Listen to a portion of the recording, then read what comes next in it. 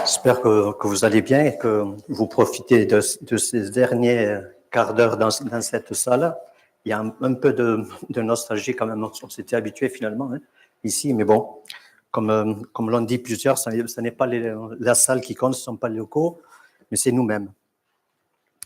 Je vous prie je vais prier. Seigneur notre Dieu, en effet, nous sommes heureux d'être ici ce matin, parce qu'en étant ici, nous savons que nous sommes dans ta volonté, c'est ce que tu veux pour nous, que nous formions une seule famille, Seigneur. Tu nous as sauvés. Nous étions différents, Seigneur, de par nos origines, de par notre catégorie socio-professionnelle, de plein de différences. Mais toi, tu as fait de nous un peuple. Et tu l'as fait, Seigneur, parce que tu avais ce plan prévu depuis toute l'éternité. Et nous en sommes des heureux bénéficiaires. Que pour cela et pour tout ce que tu nous apportes chaque jour, Seigneur, ton Saint-Nom soit glorifié pour tous les siècles. Amen. Alors, il y a quelques jours ou quelques semaines déjà, c'était la rentrée des classes pour certains de nos enfants, écoliers, collégiens, lycéens. Et à mon époque, ça fait déjà quelque temps, il fallait arriver dès le premier jour avec le nécessaire pour la rentrée. Et on demandait aux parents, mais qu'est-ce qu'il faut que je prenne dans mon cartable? Chaque année, c'était la même chose. Alors évidemment, il s'agissait de quelques ustensiles, une règle, une équerre, des stylos de différentes couleurs, et surtout, pour ceux qui le pouvaient, d'un cahier de texte. Richard, je ne sais pas si ça a changé depuis. Voilà. Et ensuite, chacun des professeurs nous donnait la liste des fournitures achetées, bien sûr. Mais c'était le nécessaire de la rentrée pour les écoliers, les collégiens et même les lycéens. Beaucoup d'infirmières ne partent jamais en vacances sans le strict minimum nécessaire en cas de besoin. C'est-à-dire qu'elles vont prendre un petit trousseau avec des pansements, une paire de ciseaux, un bandage et des épingles à nourrice. Elles vont prendre du désinfectant, du Doliprane, une couverture de survie. C'est le nécessaire de l'infirmière qui part en vacances. Et peut-être que les médecins ils vont avoir leur propre... Non, je sais que ce n'est pas forcé, mais beaucoup le font. Voilà. La couturière, elle va penser à amener une bobine de fil avec des aiguilles, au cas où il fallait rapiécer quelque chose. Bref. Lorsque Jésus envoie les 12 apôtres la deuxième fois qu'il les envoie dans les évangiles, il leur prescrit de ne rien prendre pour le voyage, absolument rien. Il leur demande de prêcher la repentance, c'est-à-dire d'annoncer l'évangile. Cependant, ils guérissent beaucoup de malades, comme ça ils le font, mais ils n'emportent rien avec eux. En somme, il leur demande de témoigner de l'amour en parole et en acte. Cet appel de Dieu n'a pas changé aujourd'hui. Il est toujours le même. Le seul bagage indispensable à apporter avec nous, où que nous soyons, en vacances, n'importe où, c'est l'amour de Dieu. Comme un bagage. L'amour qui va se voir dans nos paroles, dans nos actions, dans nos fréquentations, d'accord? Dans nos intentions. Il faut partir toujours avec ce bagage. Et c'est ce qui fait de nous, vous connaissez ces versets, c'est par l'amour que nous avons les uns vers les autres que les autres sauront que nous appartenons à Jésus-Christ. Nous sommes enfants de Dieu. À lui seul, c'est vrai, ce bagage contient tout ce qui est nécessaire à la vie quotidienne du chrétien, et ce, où qu'il soit. L'amour de Dieu est si complet qu'il n'est pas facile de bien le définir. Alors, dans mon dernier message cet été, j'ai parlé de la paix. Cette paix profonde, tellement indispensable aux hommes, que seul Dieu peut procurer. Il nous la donne par amour. 1 Corinthiens 13, ce passage si bien connu de nous tous, nous décrit la richesse de cet amour. Et entre autres, la liste est longue, cet amour véritable, on dit la parole, produit ceci dans les versets 7 et 8, elle excuse tout, elle parle de la charité, c'est pour ça que c'est au féminin, elle excuse tout, elle croit tout, elle espère tout, elle supporte tout. La charité, c'est-à-dire l'amour, ne périt jamais. Les prophéties prendront fin, les langues cesseront, la connaissance disparaîtra.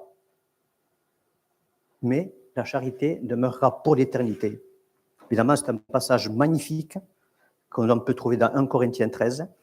Mais ce matin, je relèverai simplement les deux caractéristiques de l'amour qui sont mentionnées. il excuse tout et il supporte tout. Pour vous amener à aborder un thème fondamental et capital dans la vie du chrétien, le pardon. Donc, après la paix, le pardon.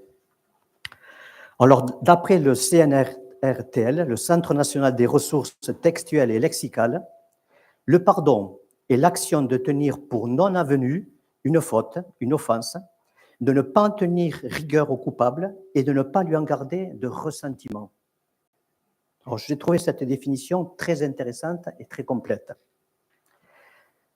L'expression non avenue, on la trouve encore dans les jugements, le plus souvent sous la forme nul et non avenu, pour exprimer qu'un acte annulé n'a plus d'effet, comme s'il n'avait jamais existé. Et on va voir que le pardon, c'est ça. Le pardon, c'est effacer, c'est annuler. Ne pas en tenir rigueur au coupable signifie ne pas l'aimer moins parce qu'il a fait quelque chose de mal ou s'est mal comporté dans le passé. Autrement dit, il a fait une erreur, mais je ne lui en veux pas. Pourquoi ? Parce que nous faisons tous des erreurs. Ne pas lui en garder du ressentiment. Le ressentiment, c'est le fait de se souvenir avec animosité des torts qu'on a subis. En fait, c'est avoir de la rancœur. On dira de quelqu'un, il est rancunier. Le chrétien ne doit pas être rancunier. Alors, cette belle définition mentionne aussi, évidemment, qu'il y a un coupable. Vous l'avez peut-être noté, il y a un coupable. C'est pourquoi au P de pardon, il faut associer le P de péché. Parce que c'est la logique. S'il n'y a pas de péché, il n'y a pas besoin de pardon. Malheureusement, nous le savons tous, mais la parole nous le rappelle, nous péchons tous, nous bronchons tous, nous dit la parole, tous les jours de différentes manières. L'apôtre Paul l'avoue avec un ton d'impuissance pour lui-même. Je pourrais le dire pour moi-même, et vous tous pour vous. Misérable que je suis, qui me délivrera du corps de cette mort? Ainsi donc, moi-même, je suis par la chair esclave de la loi du péché. Romains 7, 24 et 25. L'apôtre Jean va un peu plus loin, lui. Il nous dit, si nous disons que nous n'avons pas de péché, nous nous séduisons, c'est-à-dire nous nous trompons nous-mêmes, et la vérité n'est point en nous. Par contre, si nous confessons nos péchés, lui, le Seigneur, est fidèle et juste pour nous les pardonner et pour nous purifier de toute iniquité. 1 Jean 1, 8 et 9. Jean nous dit, soyons nets envers nous-mêmes. Ne nous mentons pas. Nous péchons, malheureusement trop souvent. Mais il introduit aussi une notion très importante dans ce verset, dans ce contexte. C'est la confession, qui signifie avouer, reconnaître à quelqu'un les fautes, les erreurs qu'on a à se reprocher. En langage biblique, c'est reconnaître son péché. Alors, on a maintenant le tableau dressé. Quelqu'un a causé du tort à quelqu'un d'autre. Et pour qu'il y ait réparation, l'auteur de ce péché, de cette faute, doit le reconnaître, doit l'avouer, doit le confesser à la personne qui a subi le tort. Ça, c'est dans l'idéal, ça, c'est ce que Dieu nous demande de faire. Et il doit lui demander pardon. Et c'est alors que la personne offensée décide ou non son pardon. Cette demande apparaît clairement et inlassablement dans toutes les Saintes Écritures, et partout. On voit ce processus, cette démarche. Alors, le péché, il peut être intentionnel ou non intentionnel. S'il n'est pas intentionnel, on en a quand même conscience. Et vous dites, hop, ça, je ne voulais pas le faire, mais je l'ai fait. Mais il peut arriver qu'on ne s'en rende pas compte non plus. Oui, des fois, on peut faire des fautes, on en fait tellement que des fois, on ne s'en rend même pas compte.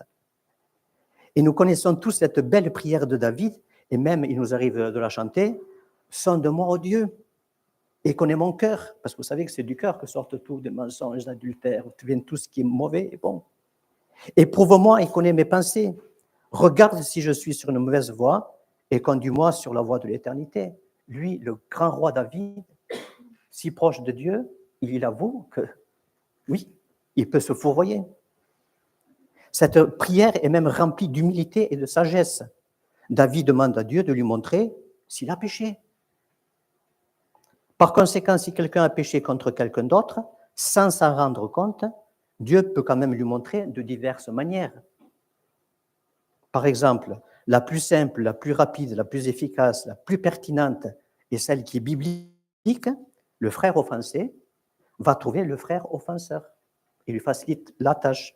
Matthieu 18, 15 nous dit, si ton frère a péché, le texte ne nous dit pas contre qui, mais ça peut être contre nous. Si ton frère a péché, va et reprends-le entre toi et lui seul.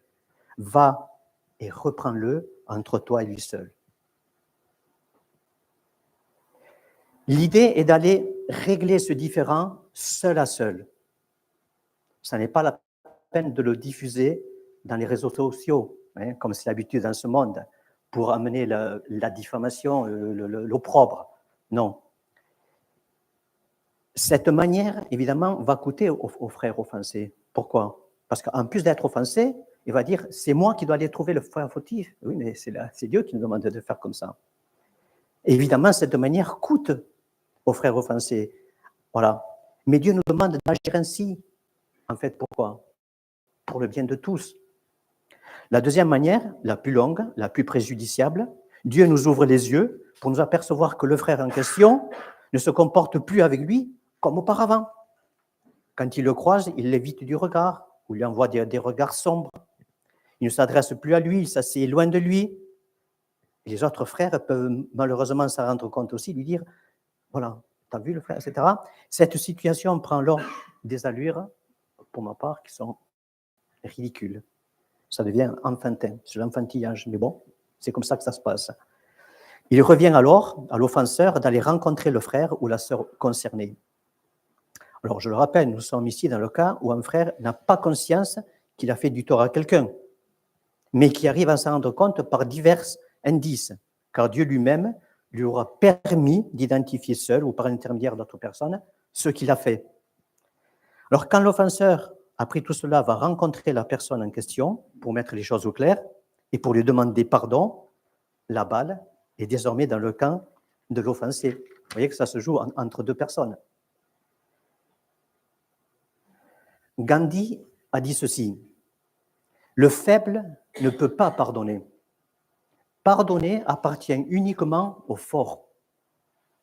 Le faible ne peut pas pardonner. Pardonner appartient uniquement au fort. » Mais ça n'est pas ce que déclare Jésus en Matthieu 6. Après avoir montré aux disciples comment prier, vous connaissez tous le Notre Père, eh bien, il revient sur aucun des aspects de cette prière. Le seul sur lequel il revient, c'est sur le pardon. Il ne va pas revenir sur le pain quotidien, ni sur la gloire syrienne. Il leur montre comment prier, le Notre Père, et ensuite, il leur dit ceci, « Si vous pardonnez aux hommes leurs offenses, votre Père céleste vous pardonnera aussi, mais si vous ne pardonnez pas aux hommes, votre Père ne pardonnera pas non plus vos offenses. » Vous savez, Jésus, il était clair quand il parlait. Ce n'est pas pour parler du beau temps ou des belles pierres, de beaux édifices. Il allait droit au but. Voilà. Son contenu avait clairement une signification. Alors clairement, Jésus ne nous laisse pas le choix. Le pardon n'est pas une option, c'est une nécessité absolue. Question ce matin, bête. Que sommes-nous venus faire ici ce matin, dans cette salle? Je pense que nous sommes volontairement tous venus célébrer un culte en l'honneur de notre Seigneur. Un culte qui, nous l'espérons, lui sera agréable. Nous sommes venus avec un cœur bien disposé et nous sommes venus lui offrir des actions de grâce, lui offrir. Après tout ce qu'il nous a offert, nous, le peu qu'on peut lui offrir, c'est un cœur bien disposé, c'est une offrande. Or, notre Seigneur lui-même, c'est lui qui le dit, c'est aucun apôtre, il nous prévient, il nous dit ceci, « Si donc, quand tu présentes ton offrande à l'autel, et que là, tu te souviennes que ton frère a quelque chose contre toi, laisse là ton offrande devant l'autel et va d'abord te réconcilier avec ton frère, puis viens présenter ton offrande. » Vous vous rendez compte on est tous conscients et on dit tous, ce qu'il y a de plus important, c'est de louer le Seigneur, c'est de le célébrer. Et lui-même, Jésus, l'agneau immolé, celui qui va être monté sur le trône pour les siècles et les siècles, nous dit, oui, j'aime les offrandes, j'aime les actions de grâce, j'aime entendre vos cantiques, mais j'aime que vous soyez en paix les uns avec les autres. Je me suis dit, est-ce que ça a un sens, hein? Est-ce que ça a un sens? Si je le dis, bien sûr que ça a un sens. Dieu aime qu'on le loue, qu'on le célèbre, mais pas dans n'importe quelle condition. Imaginez, alors ça va être facile d'imaginer pour vous qui êtes père ou mère.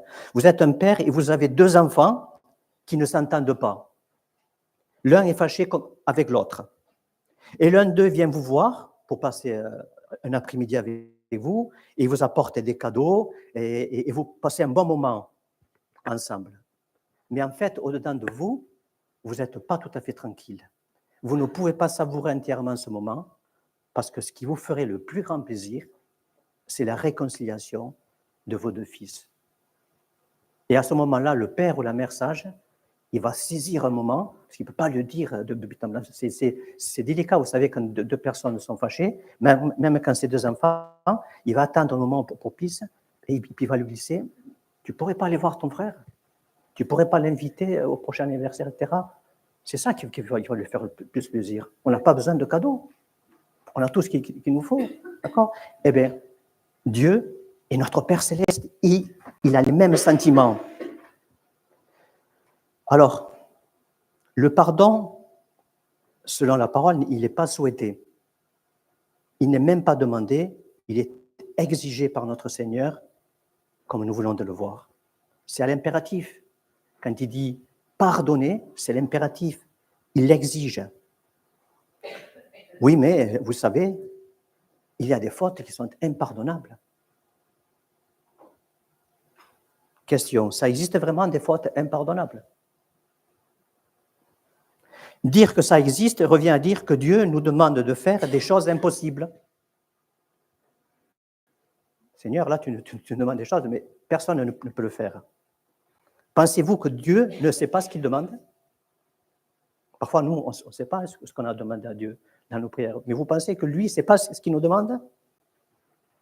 Dans la citation de tout à l'heure, vous vous rappelez de Gandhi, Gandhi avait raison sur un point. Pardonner appartient uniquement aux forts. Parce qu'il faut être fort pour pardonner. Or, justement, s'il y a un chant, j'en reviens souvent au chant, qui est quasi universellement connu dans le monde chrétien, c'est « La force est en Christ ». La force est dans le sang de Christ. Comment ça? Ben oui. Quand on a pris les éléments, on vient de proclamer, de nous souvenir ce que Jésus a fait pour nous tous. Jésus nous a obtenu le plein pardon de tous nos péchés auprès de son Père par son sang précieux. L'image de ce sang, pur de toute souillure, c'était le seul qui était pur, l'homme parfait, qui a été versé en vue de notre pardon, encore aujourd'hui d'ailleurs, quand nous péchons, nous pousse à vouloir pardonner les péchés des autres. Les péchés, évidemment, faits contre nous, eh bien, ce sang précieux nous pousse à notre tour à vouloir pardonner les autres. Ce qui revient à dire que les pardonnés que nous sommes tous, ici ce matin, nous devons devenir des pardonneurs. Logique, hein? C'est pas compliqué. Les pardonnés que nous sommes, tous, hein, nous devons à notre tour devenir des pardonneurs. C'est ce qu'on peut appeler la loi biblique du pardon. Alors, bien sûr, l'homme pécheur et faible que nous sommes a souvent tendance à minimiser ses torts et à augmenter ceux des autres. On va avoir tendance à dire, oui, moi, ce que je lui ai fait, ce n'était pas grand-chose. Alors, c'était facile pour lui de me pardonner. Mais lui, ce qu'il vient de me faire, je ne suis pas prêt de lui pardonner. Vous voyez? C'est la poutre et puis la paille. Alors, ne soyons pas comme David. Vous vous rappelez cette histoire fâcheuse de David, qui a fait de David non pas un dieu et un grand roi, mais un homme comme nous. Hein. Lorsque Nathan, le prophète envoyé par l'Éternel, lui dit « Il y avait dans une ville 2 hommes, l'un riche et l'autre pauvre. Le riche avait des brebis et des bœufs en très grand nombre. Le pauvre, il n'avait rien du tout, qu'une petite brebis qu'il avait achetée. Il la nourrissait et elle grandissait chez lui avec ses enfants. Elle mangeait son pain, buvait dans sa coupe, dormait sur son sein et il la regardait comme sa fille. Un voyageur arriva chez l'homme riche et le riche n'a pas voulu toucher à ses brebis ou à ses bœufs pour préparer un repas au voyageur qui était venu chez lui. Donc, il a pris la brebis du pauvre, l'a apprêtée pour l'homme qui était venu chez lui. À ce moment-là, David, qui était un homme de cœur, qui était un homme de sagesse, un homme droit et qui rendait justice, comme va le faire plus tard son fils Salomon, il saute de son trône. La colère de David s'enflamma violemment contre cet homme et il dit à Nathan, l'Éternel est vivant, l'homme qui a fait cela mérite la mort. Et il rendra 4 brebis pour avoir commis cette action et pour avoir été sans pitié. On parle ici de brebis. Et Nathan dit à David, tuez cet homme-là. Alors, la parole ne décrit pas la transformation à ce moment-là du visage de David. Certainement, il était très tendu, son cœur s'est arrêté de battre. Et au verset 13 plus loin, David dit à Nathan, j'ai péché contre l'Éternel. Nathan ajoute ceci à David, l'Éternel pardonne ton péché, tu ne mourras point. Parce que si l'homme de l'histoire inventée méritait la mort pour avoir tué une brebis d'un homme pauvre, imaginez-vous, lui, ce qu'il a fait. Et avant cela, évidemment, Dieu reproche à David, ça c'est la fin du discours, mais avant cela, Dieu reproche à David son comportement odieux et criminel. Maintenant, l'épée ne s'éloignera jamais de ta maison. Je vais faire sortir de ta maison le malheur contre toi. Et tout à fait à la fin, pour tout conclure, il dit, et le fils qui t'est né mourra. David reconnaît, il avoue son immense péché. Donc il entre dans le processus immuable du pardon, comme on a vu tout à l'heure. Et Dieu, dans sa grande miséricorde, lui pardonne. Mais Dieu, qui est un Dieu de vérité et de justice, lui montre aussi les conséquences directes et désastreuses de son iniquité. D'accord ? Dieu est amour, mais il est vérité et justice. Les trois vont ensemble. Et tout cela m'amène à dire que le pardon n'est pas quelque chose de facile. Au contraire, le pardon coûte. Il est nécessaire de garder à l'esprit une vérité qui est toujours évidemment la même. Le péché fait du mal à tous. Il fait du mal à celui qui en est l'auteur, même s'il ne s'en rend pas compte tout de suite. Il fait du mal, bien évidemment, à celui que le péché va frapper. Et enfin et surtout, il fait du mal à Dieu qui ne le supporte pas. Il ne supporte pas le péché. Ma fille est intolérante au lactose. Et quand parfois elle est avec des amis, il lui arrive de faire un écart dans son alimentation. Cet écart, elle le paye cash. Elle souffre automatiquement. Elle a des douleurs très fortes. Elle est intolérante au lactose. Dieu est intolérant au péché. À chaque fois que nous péchons, vous vous rendez compte combien de fois nous faisons souffrir Dieu? Dieu, notre Père Céleste, souffre chaque fois que nous péchons. Et comment est-ce qu'on le voit, nous? Le Saint-Esprit est attristé et il y a coupure de relation. Le pardon n'est jamais gratuit pour celui qui le donne. Ça coûte. La personne offensée peut se sentir dégradée, méprisée, victime d'injustice. Et c'est une réalité, ça. Il ne faut pas le nier. Donc, je ne suis pas en train de dire ce matin que pardonner, c'est facile. Mais c'est nécessaire. C'est absolument nécessaire. Alors, certains classifient les fautes en 3 catégories. On peut le faire de différentes manières. Selon la gravité, même si aux yeux de Dieu, toutes sont graves. Il n'y a pas de petit péché pour lui. Par exemple, la première catégorie de péché qui est la plus légère, quand on dit du mal de vous derrière votre dos, vous en avez connaissance, vous êtes blessé. Mais au fond de vous, vous minimisez l'affaire et vous considérez que ça n'est pas grave, étant conscient que vous-même, avait agi de la même manière à un moment donné à l'égard de quelqu'un d'autre. Et c'est sage de raisonner comme ça. Or, cette faute, elle peut être oubliée et pardonnée rapidement. On l'efface tout de suite, on passe à autre chose. Deuxième catégorie, un peu plus lourde. Un frère ou une sœur colporte de graves accusations contre vous, sans vous en avoir fait part au préalable. Évidemment, c'est ce qu'on appelle de la médisance. On vous accuse, par exemple, de ne pas avoir tenu un engagement envers un autre frère. L'affaire s'est envenimée, et pour la régler, il faudra se rencontrer, s'expliquer, reconnaître et enfin pardonner. Ça coûtera et ça prendra plusieurs jours, voire plusieurs semaines, pour en sortir. Troisième catégorie, et là, il n'y a aucune limite. J'ai peut-être pris un des plus... Vous apprenez qu'une sœur, en qui vous avez entièrement confiance, parle pour les autres sœurs, a fait des avances à votre mari. Ça vous attriste et vous affecte profondément. Vous aviez entièrement confiance dans cette personne. Cette situation affecte votre sommeil et hante vos nuits. La faute de cette sœur est absolument impardonnable. Vous ne pouvez pas passer outre. Elle est trop grave, elle est trop lourde. Et ces trois catégories de fautes existent, et bien au-delà, hélas, même aussi dans nos assemblées, dans nos églises. Comme nous l'avons vu précédemment, le processus du pardon doit impérativement s'enclencher pour le bien de tous, même dans ces trois situations. Alors, si le péché a une portée tridimensionnelle, vous l'avez vu tout à l'heure, il affecte le pécheur, celui qui est la victime, et Dieu, eh bien le pardon, c'est pareil, il est tridimensionnel. Le pardon, quand il est accepté, quand il est donné, il libère la personne offensée, blessée. Une fois le fardeau confié à Dieu, cette personne revit, elle revit. Deuxièmement, le pardon libère aussi le pécheur, qui peut désormais passer à autre chose.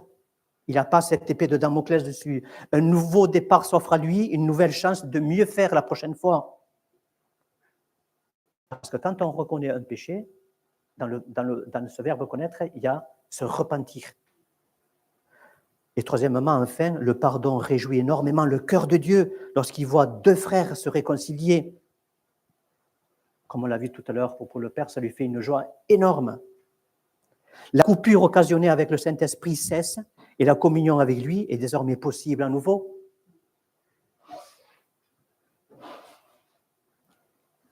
Alors, on n'a pas trop le temps, mais je voulais juste aborder ce passage que vous connaissez tous. Jean-Pierre en avait parlé un petit peu, de la parabole du serviteur impitoyable. On va retirer juste quelques lignes, on n'a pas trop le temps. Et voilà, on va le lire quand même. En Matthieu 18. Alors Pierre s'approcha de lui et dit, « Seigneur, combien de fois pardonnerai-je à mon frère lorsqu'il péchera contre moi? Sera-ce jusqu'à 7 fois ?» Jésus lui dit, « Je ne te dis pas jusqu'à 7 fois, mais jusqu'à 70 fois 7 fois. » C'est pourquoi le royaume des cieux est semblable à un roi qui voulut faire rendre compte à ses serviteurs. Quand il se mit à compter, on lui en amena un qui devait 10 000 talents. Comme il n'avait pas de quoi payer, son maître ordonna qu'il fût vendu, lui, sa femme, ses enfants et tout ce qu'il avait, et que la dette fût acquittée. Le serviteur, se jetant à terre, se prosterna devant lui et dit, « Seigneur, aie patience envers moi, et je te paierai tout. » Ému de compassion, le maître de ce serviteur le laissa aller et lui remit la dette. Après qu'il fut sorti, ce serviteur rencontra un de ses compagnons qui lui devait 100 deniers. Il le saisit et l'étranglait en disant, « Paie ce que tu me dois. » Son compagnon, se jetant à terre, le suppliait, disant, « Aie patience envers moi et je te paierai. » Mais l'autre ne voulut pas, et il alla le jeter en prison jusqu'à ce qu'il lui payait ce qu'il devait. Ses compagnons, ayant vu ce qui était arrivé, furent profondément attristés, et ils allèrent raconter à leur maître tout ce qui s'était passé. Alors, le maître fit appeler ce serviteur et lui dit, « Méchant serviteur, je t'avais remis en entier ta dette parce que tu m'en avais supplié. Ne devais-tu pas aussi avoir pitié de ton compagnon, comme j'ai eu pitié de toi ?» Et son maître, irrité, le livra au bourreau jusqu'à ce qu'il lui payait tout ce qu'il devait. C'est ainsi que mon Père céleste vous traitera si chacun de vous ne pardonne à son frère de tout son cœur. Alors, comme beaucoup de paraboles, il est question ici du royaume des cieux. Ça se passe on va dire, dans l'économie, dans ce que Dieu domine. D'accord? Le roi représente ici Dieu, vous l'avez compris. Et les serviteurs, ces sujets, ce sont les hommes. Ces serviteurs sont tous débiteurs du roi, à des mesures différentes. Le premier serviteur, il doit la petite bagatelle de 10 000 talents. Et lui, il nous représente tous. Nous tous, il nous représente. À son image, la dette de tous nos péchés était colossale. Hein? Si on additionnait tous nos péchés avant de se convertir, ça en fait. Hein? Et donc, ce qui fait que de nous, nous étions des personnes insolvables, comme ce serviteur. Évidemment, le roi, on l'a vu tout à l'heure, Dieu, dans sa justice, exige le moment venu, le moment qui a décidé de lui, il exige le paiement de la dette. Vous ne pouvez pas la payer. Nous non plus, on ne pouvait pas payer. Notre sort, c'était quoi? C'était la mort, la séparation pour toujours. En fait, cette parabole, elle annonce l'évangile. Et comme ce serviteur, quand nous avons réalisé l'énormité de la dette envers le roi, envers Dieu, et le sort qui nous attendait, les éternels tourments, nous sommes jetés à terre. Nous nous sommes humiliés, nous nous sommes repentis. Et nous avons réclamé la clémence du roi. Évidemment, ce qu'il a accepté. Ému de compassion, il lui a remis toute la dette. Il l'a effacée. Va, tu ne me dois rien. Elle a déjà été payée. Seulement, dans cette parabole, ce serviteur n'a rien compris à la miséricorde du roi, lui. D'accord? C'est pour ça que le titre, c'est le serviteur impitoyable. Le roi lui a effacé une dette de 10 000 talents. Un talent, c'était 30 kilos d'or ou d'argent. Et ça équivalait à 6 000 deniers. Le denier, c'était le salaire d'une journée de travail à l'époque. Ces 10 000 talents, c'était à peu près 340 tonnes d'argent ou d'or. J'ai fait le total. Hein, ça équivalait à peu près à 164 000 années de travail ou 60 millions de deniers. Et lui, qu'est-ce qu'il lui dit? Aie patience envers moi, je vais te payer. Vous pensez qu'il était sérieux? On ne pouvait pas payer, nous non plus. D'accord? On ne pouvait pas payer. Et ce serviteur, donc, aurait dû jubiler de tout son être et vouer une reconnaissance éternelle à son roi miséricordieux. Mais qu'est-ce qui se passe? À peine sorti de sa présence et de l'énorme cadeau qu'il vient de recevoir, il rencontre un de ses collègues, un de ses compagnons, quelqu'un qui était comme lui, et il lui devait à lui 100 deniers. C'était 100 jours de travail. J'ai calculé là aussi. En calculant une épargne d'un tiers de ce salaire, en 10 mois, il pouvait le rembourser. C'était faisable. Sans trop forcer, en 10 mois, il pouvait le faire. Au lieu de cela, il le prend par la gorge. Il ne le laisse même pas parler. Hein, et il exige le paiement là, immédiat. Et ce dernier, qu'est-ce qu'il fait? C'est un homme faible comme lui. Il réagit de la même manière que lui. Il aurait pu s'identifier à lui. Il va se jeter à terre et il le supplie. Aie patience envers moi et je te paierai. L'autre, il ne veut rien savoir. Et il l'envoie en prison. Vous croyez que de l'envoyer en prison, c'était la meilleure manière pour qu'il puisse se payer? Alors, l'histoire ne dit pas comment, mais il a fallu qu'il fasse appel à sa famille. Enfin, ça a été compliqué. Jusqu'à ce qu'il ait tout payé. Alors, évidemment, un tel comportement est scandaleux, révoltant. Ce premier serviteur n'est pas rentré chez lui, parce que ça aurait pu faire ça. Il aurait pu rentrer chez lui, et les années passent, 5 années sont passées. Après la rencontre avec le roi, on aurait pu dire, il a oublié. Avec le temps, on oublie, vous savez, même les meilleures choses. Il a oublié. Non, la clémence du roi est toute fraîche. Elle date de quelques secondes, de quelques minutes. Et il se comporte comme... Alors, pourquoi une telle attitude? Se prenait-il pour le centre de l'univers, cet homme? Lui seul méritait la compassion? Et vous savez, en fait, ce deuxième serviteur, vous l'avez remarqué comme moi, hein, le texte le dit, il n'a pas de dette envers le roi. Bon, même s'il y en a aussi. Ici, la dette qu'il a, c'est envers l'autre serviteur. Et en ce sens, il représente la dette qu'une personne peut avoir avec une autre personne. Ou dans l'Église, ça représente la dette qu'un frère a avec un autre frère. Donc, elle est plus petite que ce que nous devons à Dieu. Cette dette est bien plus minime que que le premier serviteur, j'ai fait le rapport, c'est de 1 pour 600 000. Vous voyez? Donc, quand un frère vous fait un tort, hein, vous pouvez dire, par rapport aux chiffres, c'est 600 000 fois moins que ce que nous devions à Dieu. Et pourtant, Dieu nous a tout effacé, nous a tout pardonné. Alors, évidemment, l'enseignement de cette parabole, comme je viens de dire, elle est évidente. La dette que des frères auraient à notre égard est insignifiante au regard de ce que nous avions tous auprès de Dieu. Et Dieu, dans sa miséricorde, et parce que son Fils a payé à notre place, et parce que nous nous sommes repentis aussi, hein, en nous prosternant devant lui, il a effacé entièrement et parfaitement toutes nos dettes. Volontairement, Jésus choisit le thème de l'argent ici, vous savez.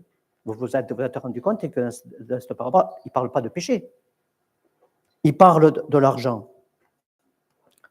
Pour que nous comprenions bien, parce que s'il y a bien un domaine qui nous intéresse et que nous comprenons très bien, nous savons bien compter, c'est le domaine de l'argent. En général, tout le monde y est sensible et tout le monde comprend. Mais évidemment, cette dette quantifiée en talents et en deniers représente nos péchés, nos fautes. Rappelez-vous, le début de ce texte commence par une question de Pierre. Pierre était un homme incroyable, hein. Il n'arrêtait pas de poser des questions. Seigneur, combien de fois pardonnerai-je à mon frère? C'est une question intéressante. Lorsqu'il péchera contre moi, et avant qu'il y ait une réponse quelconque, lui, il propose un chiffre. Jusqu'à 7 fois. Ouf, Pierre pensait épater le Seigneur, là. Parce que 7, c'est le chiffre parfait. Et pas si parfait que ça, concernant le pardon en tout cas, puisque dans sa réponse, Jésus décuple ce chiffre, il le multiplie par 10. Et ensuite, il le multiplie par 7 pour arriver à 490. Autrement dit, il faut pardonner tout le temps, toutes les fois qu'il faudra. Et si l'on remonte encore au tout début de ce chapitre 18, parce qu'il s'agit du chapitre 18, on assiste à une scène plutôt étonnante au milieu des disciples. On n'est pas tellement habitué à ça, qui demande à Jésus, qui donc est le plus grand dans le royaume des cieux? Et Jésus connaît ce qui se passe dans leur cœur. Il ne va pas leur répondre comme ils veulent. Et il les mouche, comme il le fait souvent, par cette réponse. Quiconque se rendra comme ce petit, c'est-à-dire innocent, qui croit tout, ce que le Seigneur lui dit, quiconque se rendra humble comme ce petit enfant sera le plus grand dans le royaume des cieux. Le Seigneur nous enseigne l'humilité et nous montre que les comparaisons au sein de l'Église ou dans le couple n'ont pas cours. Il ne faut jamais se comparer les uns aux autres. On a des dons différents, Dieu nous aime tous, on est tous ses enfants. Si vous avez des enfants, vous vous êtes rendu compte qu'ils ne sont pas tous pareils. Et vous les aimez tous. C'est pareil pour nous. Dieu élèvera qui il voudra dans les cieux le moment venu. Mais Christ nous a déjà donné en partie une réponse. Plusieurs des premiers seront les derniers et plusieurs des derniers seront les premiers. Que celui qui a des oreilles pour entendre, entende. Pour conclure, si quelqu'un se sent offensé par un frère, qu'il se souvienne de ce que certains hommes et femmes ont pardonné. Je n'ai pas le temps de développer Étienne, d'accord? Victime de la jalousie des scribes et des anciens et traîné devant le souverain sacrificateur après un discours magistral. Il leur dit la vérité sur leur attitude criminelle. Vous avez tué tous les prophètes et vous continuez de le faire. À ces mots-là, il crie au scandale. Et il rajoute, Étienne, j'ai vu le ciel ouvert. Alors là, ils n'en peuvent plus. Ils le prennent, ils le traînent dehors et ils le lapident.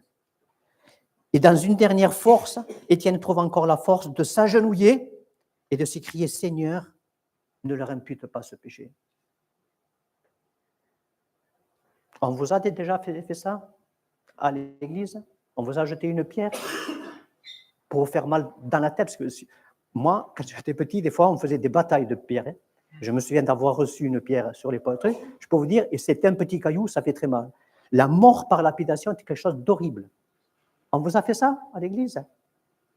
Et si on vous l'a fait, vous avez le courage de dire ce qu'il a fait, Étienne, pardonne-leur. Un fait divers, un vrai fait divers. relaté dans un journal, un groupe de 4 collégiens chrétiens en Amérique latine, je crois que c'était au Mexique, se rassemblent à midi pour prier ensemble, un peu comme le GBU, mais dans le collège. Surgit alors un adolescent de 14 ans, armé d'un fusil automatique, et tire dans le groupe. Tous meurent.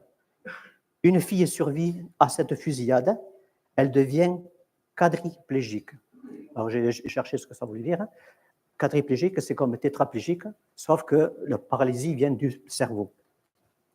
Et elle trouve même la force de faire envoyer au tireur une lettre de pardon. Elle lui dit « Je te pardonne ».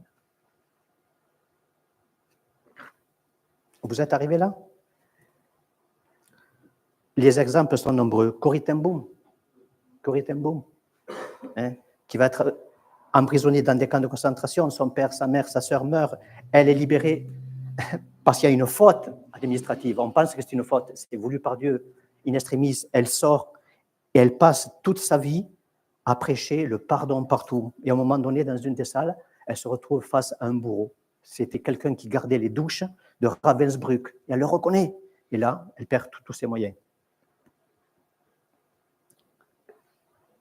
Après un effort inhumain, elle dit dans un de ses livres, Dieu en enfer, et d'une prière silencieuse, vous savez, ces prières qu'on peut faire, elle arrive à lui prendre la main et à dire ceci: quelque chose d'incroyable a eu lieu. De mon épaule, tout au long de mon bras et à travers ma main, un courant semblait passer de moi à lui, tandis que dans mon cœur a surgi un amour pour cet inconnu qui m'a presque bouleversé. Ainsi, j'ai appris que ce n'est pas notre pardon, pas plus que sur notre bonté, dont la guérison du monde dépend, mais du sien, c'est-à-dire de Dieu. Quand il nous dit d'aimer nos ennemis, il donne, en même temps avec le commandement, l'amour nécessaire. Belle expérience. Et enfin, Jésus, humilié, fouetté, craché, humilié, moqué, couronné d'épines après avoir été crucifié. Il était déjà sur la croix, il dit « Pardonne-leur, Père ». Parce qu'en fait, lui, il les avait déjà pardonnés. Mais il demande à son Père « Père, pardonne-leur toi aussi, car ils ne savent pas ce qu'ils font. » Ouais. Je vous demanderai, pas évidemment la question idiote, est-ce qu'un frère vous a déjà crucifié, vous a cloué? Ce serait idiot de ma part. Hein? Pouvez-vous vous comparer à ces personnages et à tant d'autres? Eux ont eu la force et la sagesse de pardonner leurs bourreaux. Et ils ont bien fait en obéissant au commandement du Seigneur. Aurez-vous la force et la sagesse d'obéir aussi au commandement de notre Seigneur en accordant votre pardon à votre frère ou à votre sœur? J'espère vivement que oui. Il en y va de la bonne marche de notre assemblée au moment où nous allons prendre possession des nouveaux locaux. C'est peut-être bien de le mettre en pratique en même temps de la prise de possession de ces locaux. Je vous laisse juste deux passages. Enfin, une citation d'un inconnu qui est simple, il a prononcé « Seigneur, quand je blesse les gens, donne-moi la force de demander pardon. Et si les gens me blessent, donne-moi la force de pardonner à mon tour. » Et dernier verset, Colossiens 3, de Paul, « Supportez-vous les uns les autres, et si quelqu'un a sujet de se plaindre de l'autre, pardonnez-vous réciproquement. De même que Christ vous a pardonné, pardonnez-vous aussi. Mais par-dessus toutes ces choses, revêtez-vous de la charité, c'est-à-dire de l'amour, qui est le lien de la perfection. » Amen.